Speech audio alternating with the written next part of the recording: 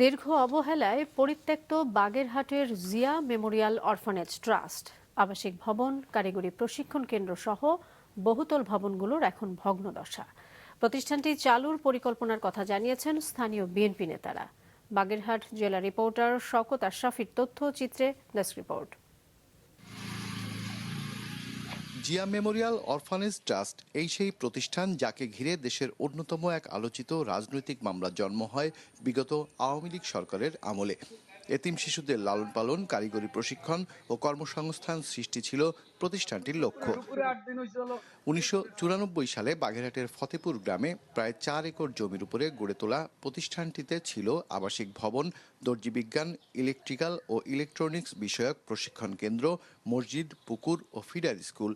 কিন্তু দীর্ঘ অবহেলায় পরিত্যক্ত ভবনগুলোর এখন ভগ্নদশা, চারপাশ ভরে গেছে ঝোপঝাড়ে। 4-5 বছর খুব সুন্দরভাবে চলছিল। হঠাৎ আওয়ামী লীগের দুঃশাসন আমলে জিয়াউর রহমানের নাম দেখাতে তারা এই প্রতিষ্ঠানটার পরে একটা অনীহা প্রকাশ করে সবকিছু বন্ধ করে দিল। আমরা যখন জয়েন করি তখন এখানে ইলেকট্রিক্যাল একটা ক্লাস হইতো, এখানে টেইলারিং ক্লাস হইতো। এই সুন্দর সম্পত্তি বা অনেক টাকার সম্পত্তি নষ্ট হয়ে যাচ্ছে স্রেফ রাজনৈতিক উদ্দেশ্যহীনতার জন্য। আশেপাশে কোথাও এরকম একটা প্রতিষ্ঠান নাই, আর সেই প্রতিষ্ঠানের দিকে তাকাইলে জরাজীর্ণ মনে হয় যে একটা ভুতুরে বাড়ির মতো হয়ে গেছে। বিতর্কিত মামলা ও রাজনৈতিক কারণে বিগত আওয়ামী লীগ সরকারের সময়েই স্থবির হয়ে পড়ে প্রতিষ্ঠানটির সব কার্যক্রম। এক পর্যায়ে বন্ধ হয়ে যায় প্রতিষ্ঠানটিও। অতি দ্রুত এই পরিত্যক্ত ভবনগুলোকে পরিবর্তন করে আমরা ইনশাআল্লাহ নতুনভাবে এটা প্রাণের সঞ্চয় করতে সক্ষম হব। সম্প্রতি ট্রাস্ট এলাকা পরিদর্শন করে স্থানীয় বিএনপি নেতারা জানান, প্রতিষ্ঠানটি আবারও চালু করতে প্রধানমন্ত্রীর কাছে সুপারিশ পাঠাবেন তারা।